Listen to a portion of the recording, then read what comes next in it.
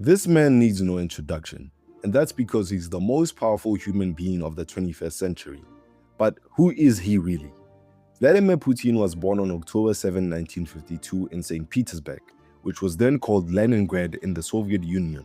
At a young age, he became obsessed with discipline, martial arts, and intelligence work. He studied law at St. Petersburg State University and graduated in 1975. After university, Putin joined the KGB, the Soviet Union's main intelligence and security organization. Putin was a Soviet spy who saw the collapse of the Soviet Union in 1991 as a national humiliation. This period shaped his worldview, a distrust of Western influence, a strong belief of strong state power, fear of political chaos, and revolution. After the Soviet Union collapsed, Putin entered politics in St. Petersburg. Putin first worked under reformist mayor Anatoly Sobchak. He moved to Moscow in the mid-1990s and climbed rapidly inside President Boris Yeltsin's administration. Russia during the 1990s was chaotic: economic collapse, a rise of oligarchs, massive corruption, organized crime, and weak central government. In 1998, Putin became head of the successor to the KGB, the Federal Security Service.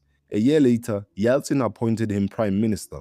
Apartment bombings in Russia and the war in Chechnya boosted Putin's popularity. On December 39, 1999, Yeltsin resigned and Putin became acting president. In 2000, Putin officially won the election. From 2000 to 2008, Putin consolidated power. Independent television networks increasingly came under state control. He began a crackdown on oligarchs. Russia fought brutal wars in Chechnya against separatist and Islamist militants.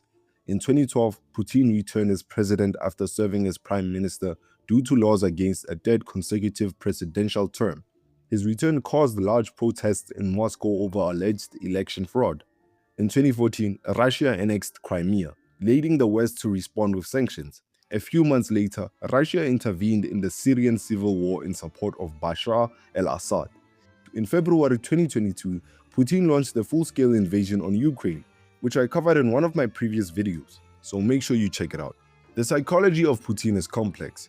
Putin is careful with the type of image he projects: a calm, tough, patient, masculine, strategic leader.